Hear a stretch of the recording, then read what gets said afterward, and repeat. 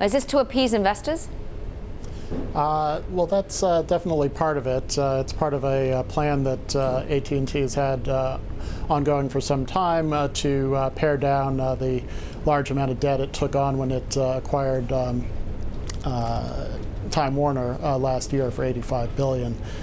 So they've got about $190 billion in total debt at this point, and so every little bit helps. And this sale in Puerto Rico and the Virgin Islands is something that's been long expected, but moves them along in the debt reduction effort. You say every little bit helps. Given that activist investors always want every little bit more, can we expect more divestitures? There we go.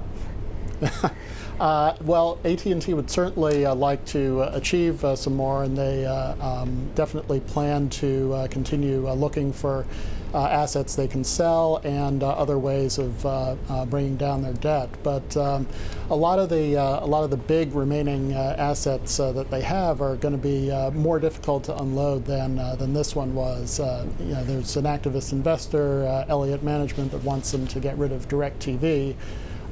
Which would be a huge divestiture, but very unlikely to find a buyer for that. And AT&T is now saying that it's strategically important as they get ready to launch their new streaming product next year, HBO Max. Yeah, let's talk about content in particular, the ability of AT&T in its bigger form now to leverage the opportunities in content, to leverage the opportunities in 5G. Are they there for the taking, despite the enormous amounts of debt that they have on their plate? Yeah, it doesn't look like they're facing any difficulty financing their ambitions both in 5G and in content. Despite the large debt load, they have quite a lot of revenue, of course, and they are considered a pretty decent credit risk. So they are going pretty full steam ahead on their expansion into 5G and the plans in streaming with HBO Max. And of course, Randall Stephenson, the CEO of AT&T, it was a moment of huge success for him when he prevailed with the purchase of Time Warner. But now that he's come under pressure from activist investors, the question is, how safe is his job?